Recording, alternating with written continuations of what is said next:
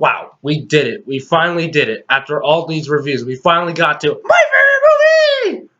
We all knew that was coming sooner or later. Yes, The Shining, my most favorite movie of all time. I wonder why. Just so interesting. I mean, a little story about a family who gets isolated into a hotel as the husband gets slowly insaner and insaner. I mean, this movie is popularized so much to the point where many people done parodies of it. For example, The Simpsons did a parody of it in one of their episodes. And yes, you could tell that this is a Warner Brothers movie and made by Stanley Kubrick.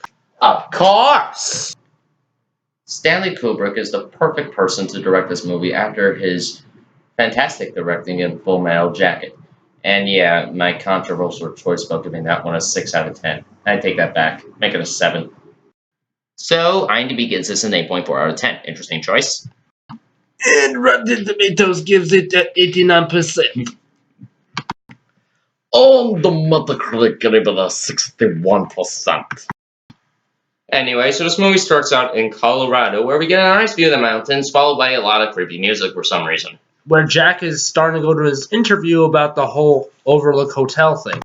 Anyway, so Danny is basically the kid here, and who is basically having lunch while talking to his mother, and they're talking about his quote-unquote imaginary friend. Basically, he didn't spoil it, he's a ghost! Yes. Anyway, back to the Overlook Hotel. Stuart Ullman tells Jack about the story about how this place is a little bit dark, as one man named Charles Grady actually killed somebody. Dark? A little? Really? Anyway, so he's talking to Tony about this future, about what's going to happen with the whole hotel thing. And Tony doesn't really want to tell him the bad thing about it. Yeah, basically, Tony is this thing that lives inside of Danny's mouth. Which his mom claims is his imaginary friend. As he sees a vision of blood. Which is blood, and the 2 girls, which will come up in the later movie. Anyway, so after he basically does a surprise thing like that kid from Home Alone did. Anyway, so his mother calls a psychiatrist essentially to examine him to see basically if he's crazy or not. And any denial of that was proven wrong because, well, she thinks that, well, this is normal for a kid his age. And so Mrs. Torrance has a talk about this and tells her about the time where her husband Jack actually broke Danny's arm by, pulling them up after he scattered his papers all over the floor. Even though it was an accident. Right. And Wendy says that he's a changed man because he gave up drinking and stopped hurting Danny forever. Yeah, and if he ever hurt her again, then basically he would essentially, leave go. her. Yeah, go. And so they're driving to the Overlook Hotel as Jack is telling them stories about the Donner Party, as Danny seems to know about. Which is kind of surprising for a kid his age. I mean, knowing about cannibalism. Yeah, and an 8-year-old. I don't care if this is the 70s. It's still odd. Yeah, so while they drive up to the hotel, they're noticing a bunch of mountains in the distance. And once they arrive, they are beginning some renovations. With more creepy music.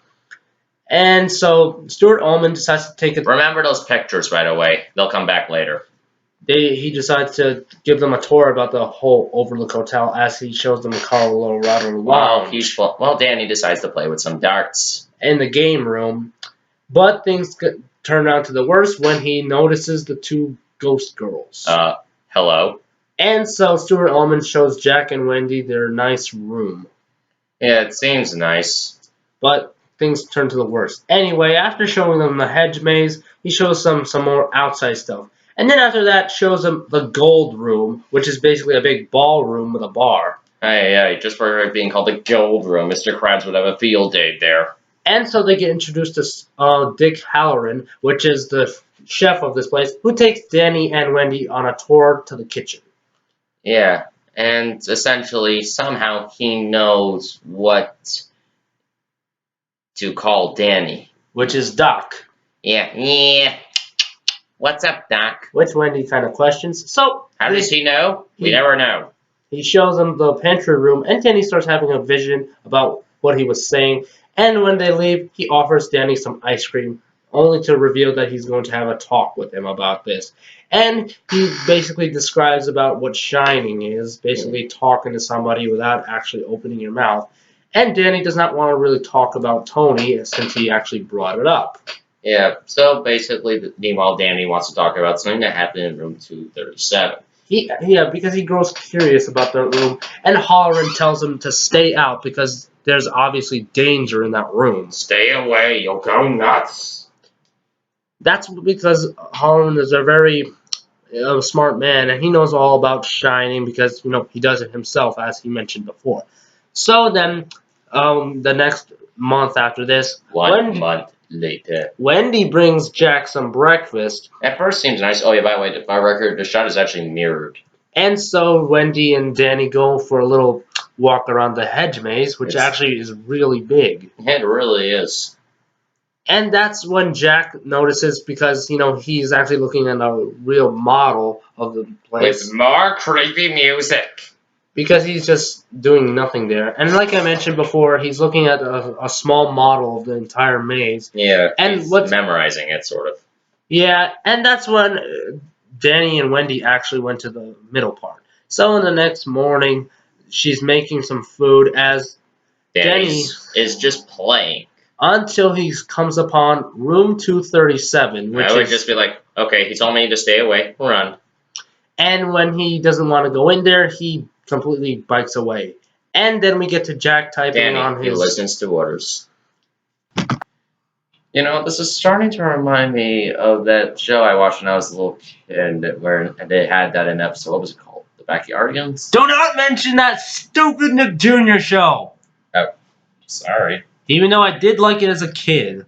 Me too.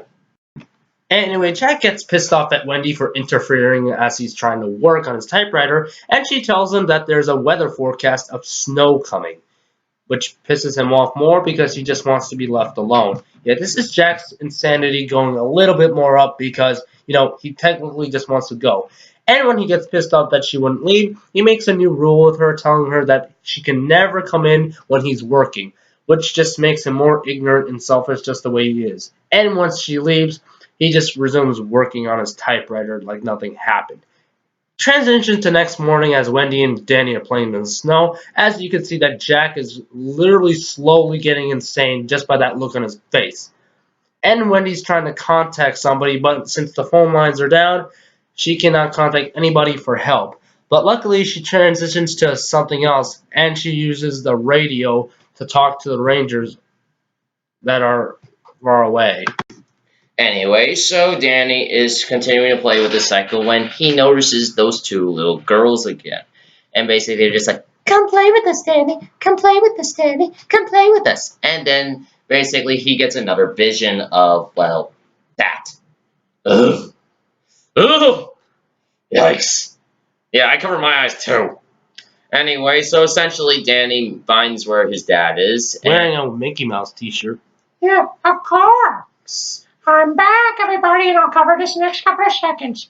Anyway, so Danny comes in asking for his little fire truck, and so essentially his dad comes in and wants to talk to him. Yeah. All right, gotta go. All right, thank you, Mickey. Anyway, so essentially his dad basically is telling him that he would never hurt him because of the fact remains that, well, they're family. Why would he? This literally shows how he's slowly starting to get insane, but not that much. Yeah, anyway, we'll go a little sane after isolation for so long. It's been 4 months. Danny only thinks this kind of stuff because of the visions and horrifying stuff he sees. So, transition to him playing with his toys. Until something out of the open happens, which is this. Oh. Hello, Mr. Boy. Yes, a ball comes in out of nowhere, and when Danny looks up, he notices that there's no one there, and thinks that his mom was just trying to prank him or something, but then takes notice that room 237 is open and the key's in the door. Uh-oh, Danny's in trouble. Which actually, Danny makes his way into the room just to try to find out if his mom is in there, but he's obviously ignoring Mr. Halloran's rules. Shame. Anyway, so essentially... Wendy hears some screaming upstairs. And only to find out that, well, that Jack is sort of, well, just still working while she's calling for him. When it turns out that Jack had a horrible nightmare. And that nightmare was him killing his family and chopping it up into pieces, just like Delbert Grady was doing. Which literally foreshadows what he's going to do. Anyway, or not. Danny comes in, and he's not saying a word when his mom tells him to go back upstairs and that everything's fine. When she takes notice to his purple neck, she knows that something is wrong. Basically, what happened was he got scratched by somebody, and Wendy's assuming that it was Jack here. But it really wasn't him. It was somebody else. It was the ghost of a woman in 237, yes. Anyway, so she runs away with him while Jack is completely angry about this kind of malarkey. Well, of course, he didn't do it. And so he travels into the gold room, which he obviously wants to go into the bar because, he wants to drink again, noticing that there's no booze anywhere. Ay. If you want booze, go to an actual bar nearby or something. Even though he quit drinking. So anyway, after Jack opens his eyes, he notices a ghost. And that, ladies and gentlemen, is the ghost of Lloyd, a bartender that apparently Jack knows.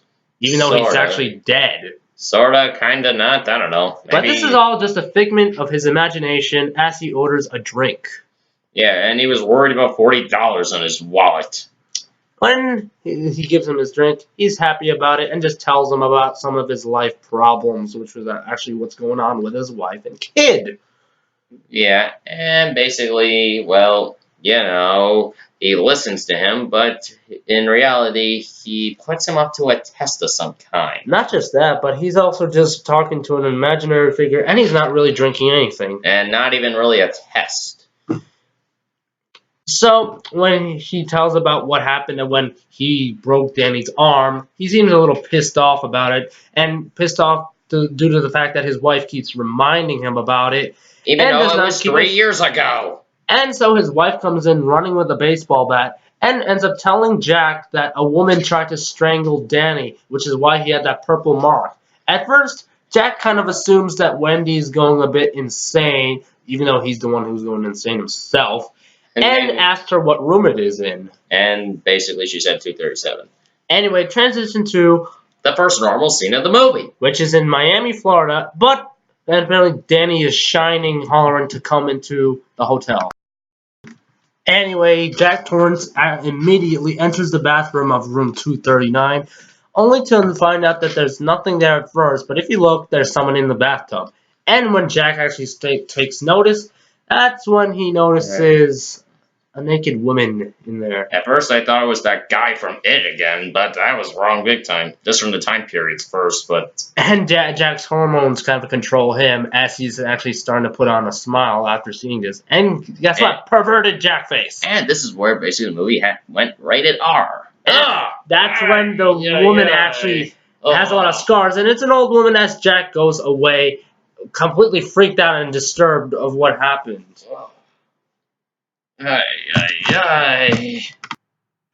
Excuse me for a second, I gotta throw up. Me too.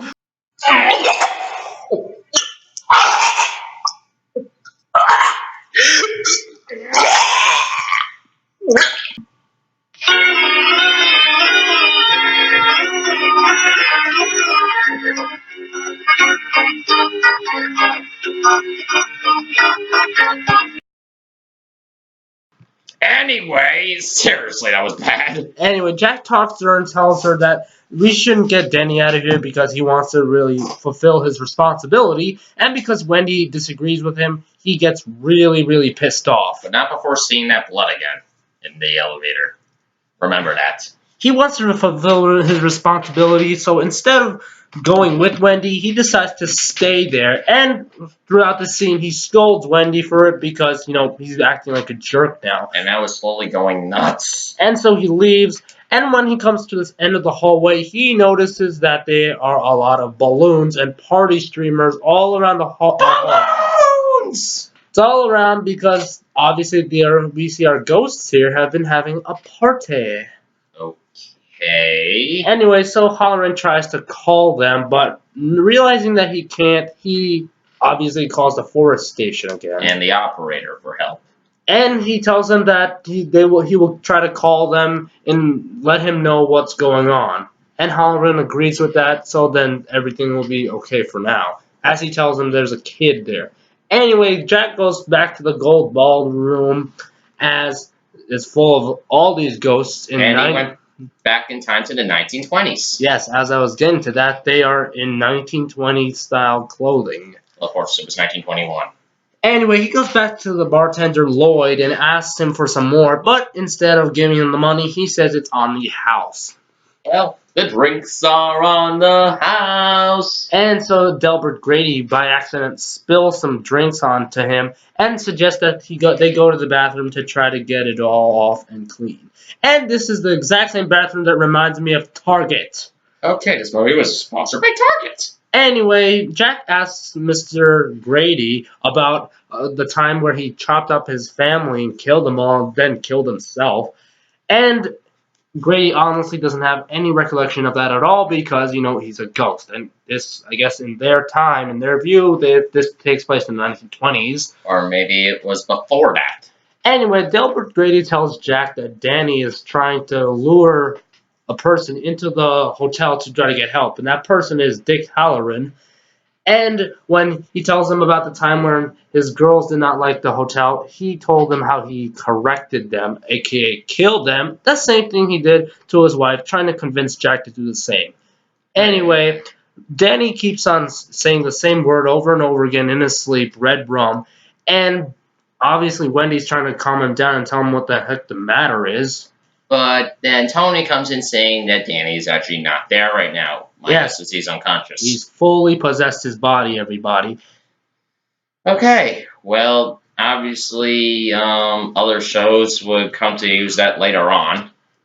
Anyway, Jack walks down the aisle, only to notice the radio because somebody's trying to call them, and then he becomes a total dick and disables the entire thing as the forest ranger tells Halloran that he could not reach them as none of them were answering.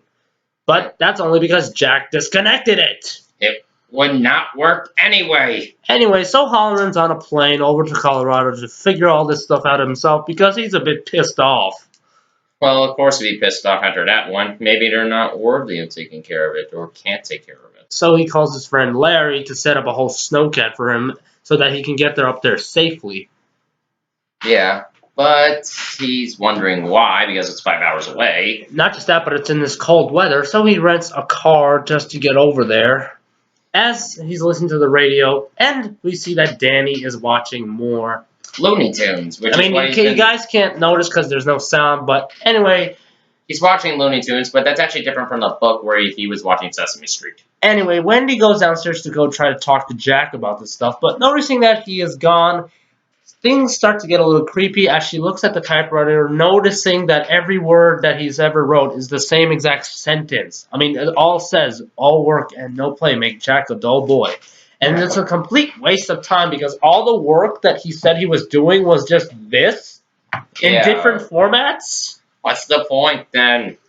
This was probably made to scare Wendy because she's completely terrified as Jack comes in and out of nowhere. But more pissed off. But if that's the case, then he would have been doing it since the very beginning. He would have been nuts since day one.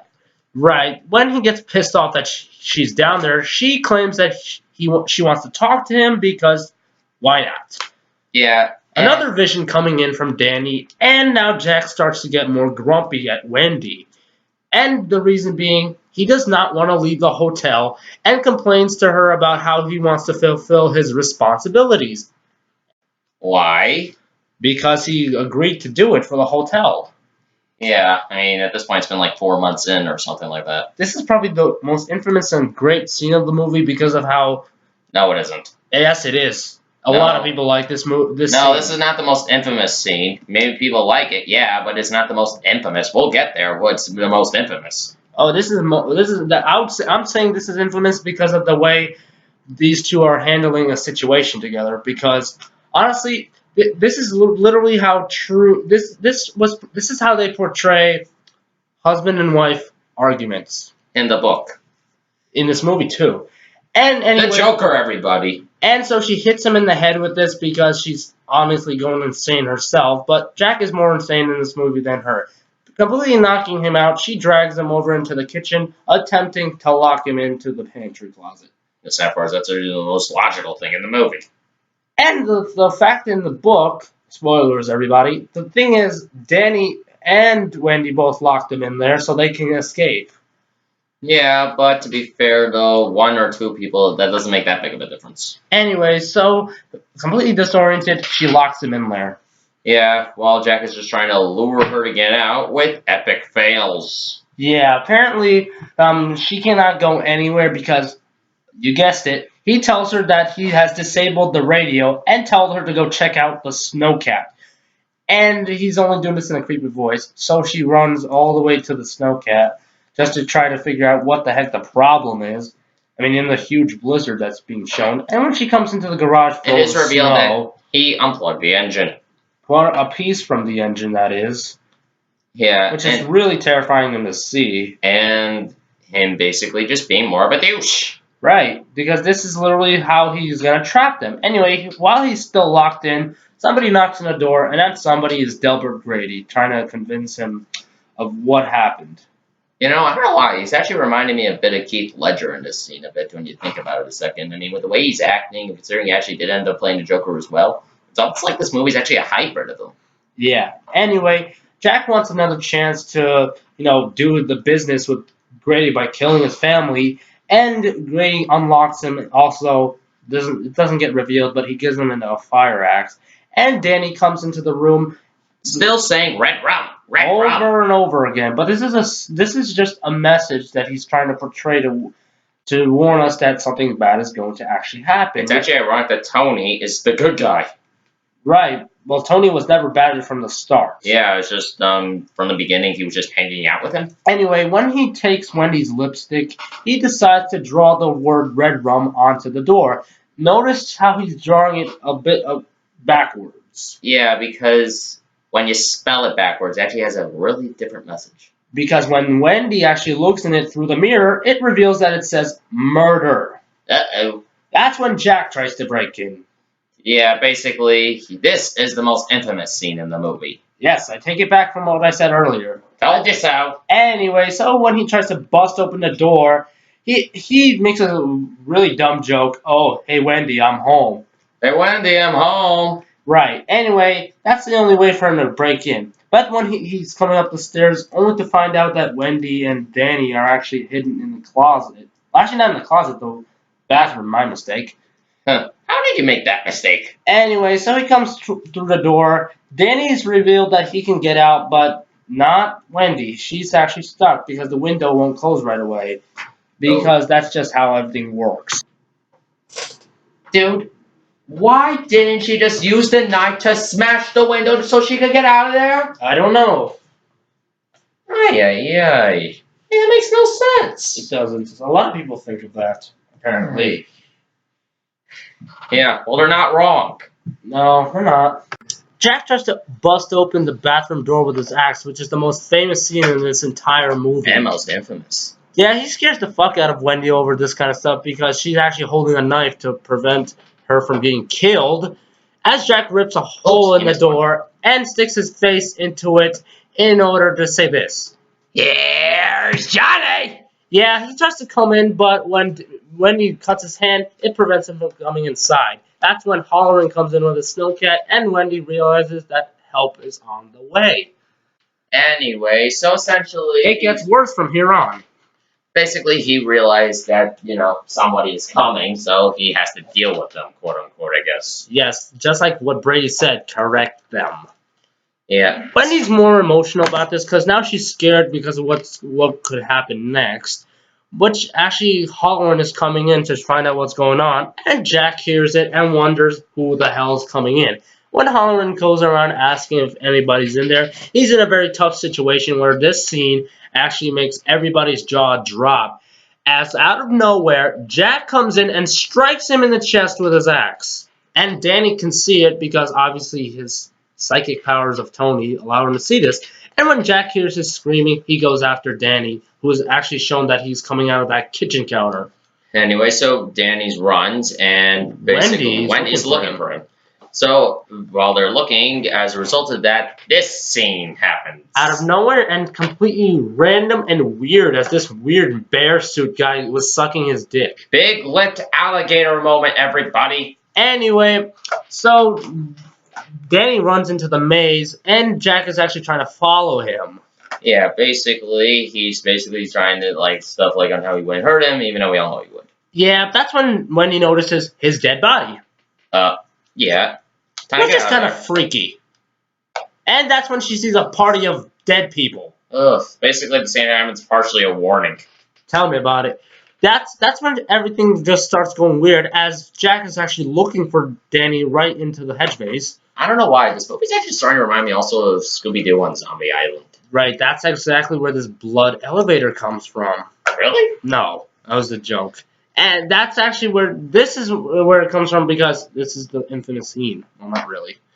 Okay. So anyway, Jack is still looking while he's slowly starting to weaken. Because it's obviously the cold weather. Yeah, and he doesn't even have a jacket. Yeah, but that's when Danny notices, because he's really close by. So Danny has the perfect idea to unmark his footprints so that Jack will not be able to find him, and so he'll be safe. That's brilliant, actually. And that's when Wendy comes outside and actually tries to reunite with Danny, as Danny comes running to her, and they see each other, and now Danny is safe from Jack. Happy reunion. Yeah, but everything comes to the worst for Jack, as he's still stuck in the maze. And when they leave, Jack is just screwed because they're going to leave him to die there. Yeah, basically they're just like, don't leave him there. But what would they have done if they went back for him?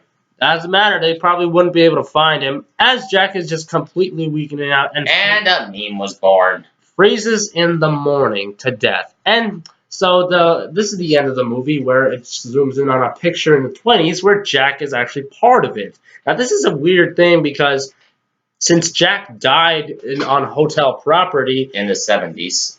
he's now part of the hotel completely, which is why he's in a 1920s photo. Okay. Makes me wonder how many people were actually in that photo originally. Right. This is very weird. Oh. And so we So come a to the end of the movie, brief everybody. I'm not sure what to get this movie, actually, because I was just I have to weirded agree out. with IMDb and other stuff. I like this movie so much. Yeah, it's his favorite movie, if you couldn't tell. Yeah, I have to agree with IMDb on this one. That gives Where'd I it get this? an 8.4. And this is not the actual Axe prop. This is just a prop I got from Party City. Oh, really?